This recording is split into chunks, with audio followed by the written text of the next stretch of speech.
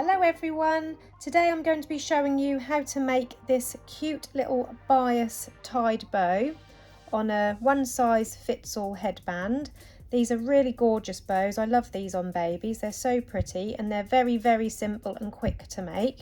So this bias, I've got 5 different designs here. These are from Pixie.craft supplies.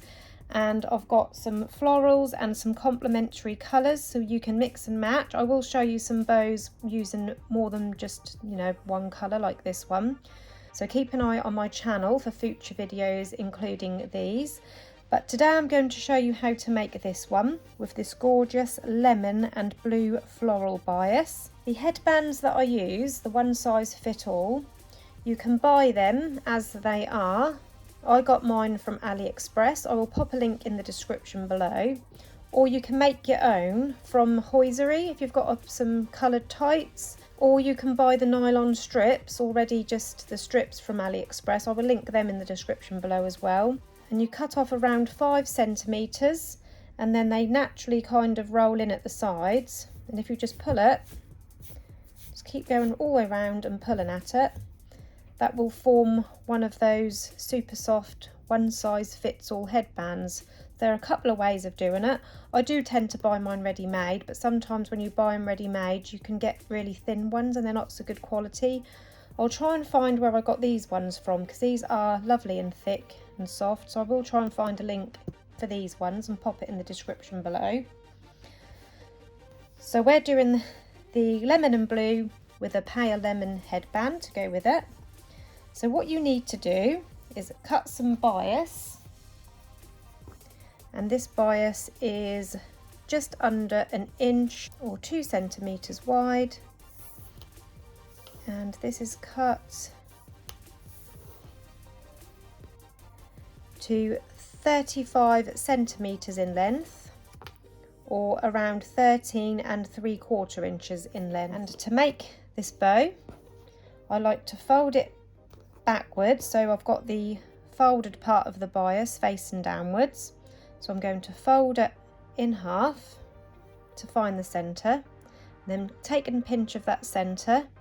I'm then going to make 2 bunny ears, so taking one side I'm going to fold it down, and this is what I call my bunny ear, and then take the other side and fold it down.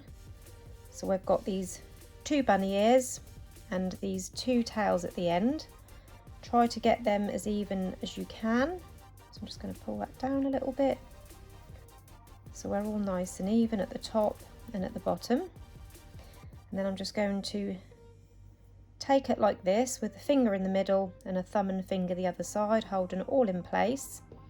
And then grabbing my headband, I'm going to slot that in the middle of the bunny ears and just let that fall to the middle. And next we're just simply going to tie it, just do a basic tie. So you're going to cross over the 2 bunny ears and then bringing this back piece over the front and tucking it in through the bottom. And then you pull those 2 loops, and then you will just need to fluff up your bow, pull the loops to even out your bow.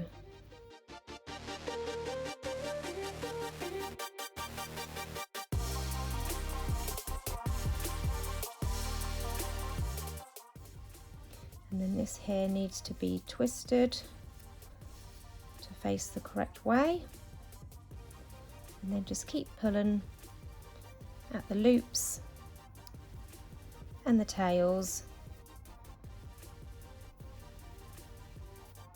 until you're happy that they're all even.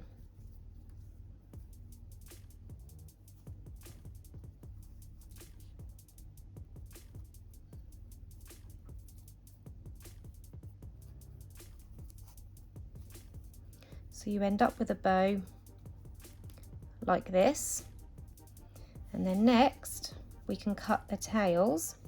I cut mine coming down diagonally. So again, just making sure that those loops are even, and then we can cut the tails At this point the tails may be slightly uneven, mine are not too bad actually, but if they are you can adjust them at this point. You can make them shorter if you wish, or you can keep them longer. Now I go by the loops, so I angle my scissors so they're touching the bottom of the loop, and then I angle down diagonally so I'm cutting this corner off. So lining my scissors up with the bottom of this loop and then cutting off diagonally on that tail like that, and then I do the same with the other side.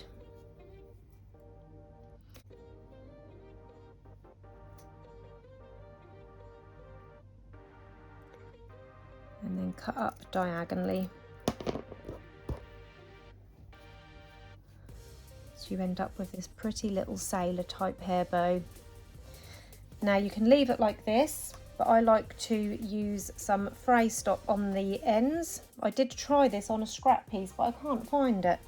I cut a strip off, a bit like one of these, and I used fray stop on one end. But as you can see, if I just show you on this, because it's cotton is obviously a woven fabric, you can end up with like little frays. It's quite tight woven, so it's not too bad. But if you're selling these bows, or if you're using them for yourself, you don't want them to end up fraying. So I use some fray stop. I will pop a link for this in the description below as well.